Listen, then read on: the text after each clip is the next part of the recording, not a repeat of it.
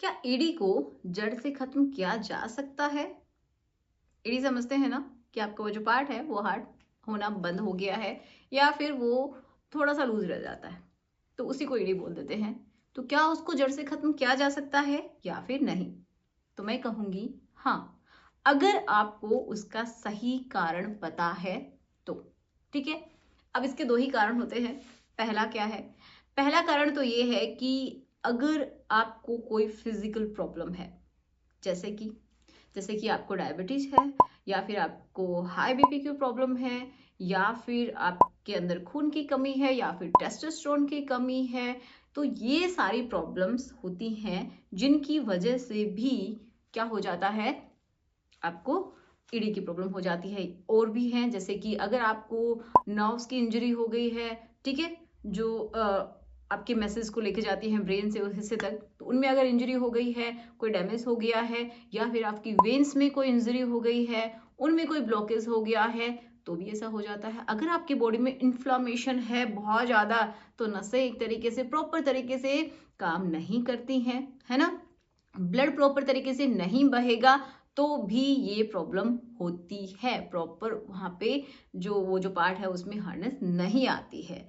ये सारी प्रॉब्लम है। और एक और है, अगर आपकी वहां उस हिस्से के आसपास की या फिर उस हिस्से की सर्जरी हुई है, तो भी ऐसा होता है कि आपको बाद में चल के धीरे धीरे वहां का सेंसेशन चला गया है, ठीक है, वहां पे सेंस ही नहीं जाता है, या फिर वहां पे ब्लड ही नहीं जाता है, या फिर कोई और कारण हो गया है, कोई ब्लॉकेज आ गया है, जिसकी वजह से आपको जो पार्ट है वो उसमें हार्डनेस देखने को नहीं मिलती है, या फिर वो चली जाती है, आपको पता भी नहीं चलता है। आपको एक बार लगता है कि ठीक है, बहुत अच्छे से हार्ड हो गया, लेकिन फिर वो एकदम से ही चला जाता है। तो उसका कारण यही होता है कि बहुत बार जो वेन्स है ना, उनमें लीकेज हो जाती है। मतलब एक बार के लिए ब्लड आके, अच्छा जो ब्लड है उस हिस्से में आके भरता है, वो जो पार्ट है आपका अच्छे से हार्ड होता है, लेकिन जो स्टॉप होना चाहिए एक तरीके से, जो वेन्स है जो लेके जाती हैं, जो डीऑक्सीजनेटेड ब्लड हो जाता है उसको लेके जाती हैं आपके हार्ट की तरफ, ठीक है,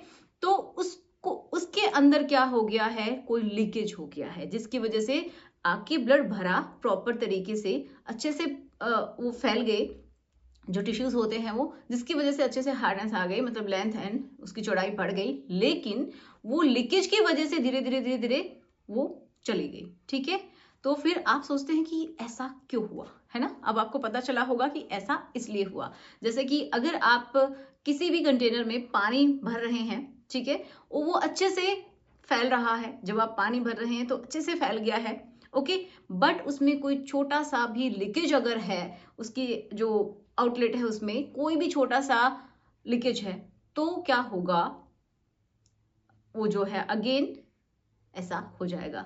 समझ रहे हैं ना। तो ये कारण भी होता है। तो बहुत सारे लोगों को यही नहीं पता है कि हमारा कारण क्या है। ओके, समझ गए। अब होते हैं कुछ साइकोलॉजिकल कारण भी, जैसे कि आपकी ब्रेन से रिलेटेड, मतलब अगर आप बहुत ज्यादा स्ट्रेस लेते हैं तो आपके अंदर हैप्पी हॉर्मोन्स भी बनना धीरे धीरे कम हो जाएंगे।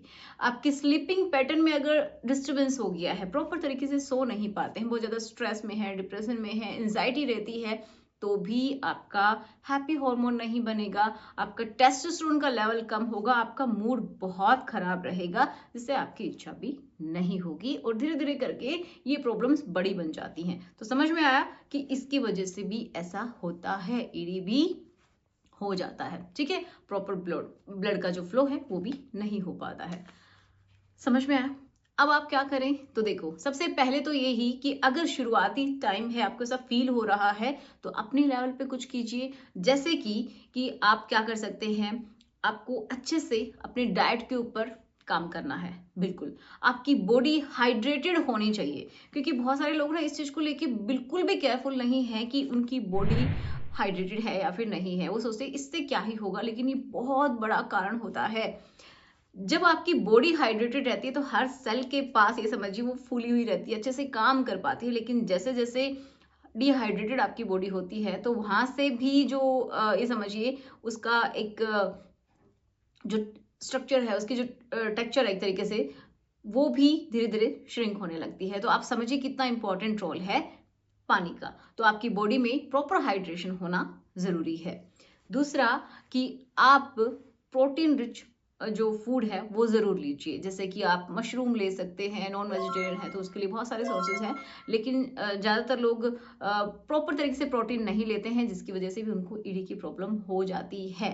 ओके, तो आप मशरूम लीजिएगा, जो नट्स हैं वो लीजिए, सीड्स लीजिए, तो ये बहुत अच्छे रहते हैं। अब नेक्स्ट क्या है कि आपको जो भी लत है, बुरी लत है, उसको छोड़ना पड़ेगा। तो उसको धीरे धीरे करके छोड़िए। एकदम से अगर आप छोड़ेंगे तो कंटिन्यू कर ही नहीं पाएंगे। तो इसलिए जो भी आप बाहर का खाते हैं, प्रोसेस्ड फूड है, तो उसको भी बंद कर दीजिएगा, जंक है उसको बंद कर दीजिएगा। तो और अगर आप कीगल एक्सरसाइज करते हैं तो आपके लिए सच में बहुत अच्छे से काम करती है, क्योंकि वहाँ के जो मसल्स है ना उनको अच्छे से टोन करने में हेल्प करती है, जिससे कि आपके वहाँ के जो अंग हैं, ऑर्गन हैं, वो अच्छे से काम कर पाते हैं बहुत लंबे समय तक। ठीक है, मतलब काफी एज के अगर आप हो जाएंगे तो भी वो अच्छे से काम करेंगे। तो ये सारे काम हैं जो कि आपको करने हैं।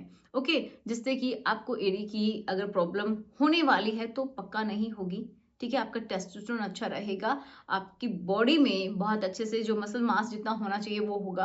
एंड विटामिन डी की कमी अगर किसी में होती है, विटामिन D3, तो उसकी वजह से भी किसी किसी को एडी होती है। तो इसके लिए मशरूम जरूर खाइए, सनलाइट जरूर लीजिए, जो कि फ्री की है, बट बहुत सारे लोग नहीं ले पाते, तो मशरूम का भी इस्तेमाल जरूर कर सकते हैं। इससे भी विटामिन D3 की पूर्ति कुछ हद तक होती है।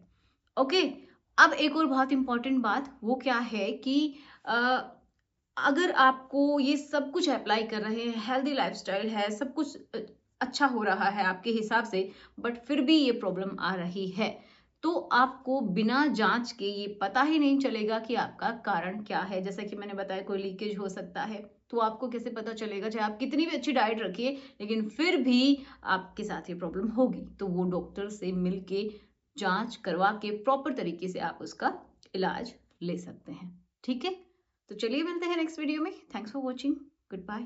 कोई भी अगर आपको लगता है कि डाउट है तो कमेंट बॉक्स में लिख दीजिएगा, और कोई वीडियो चाहते हैं तो भी जरूर बताइएगा। Good bye.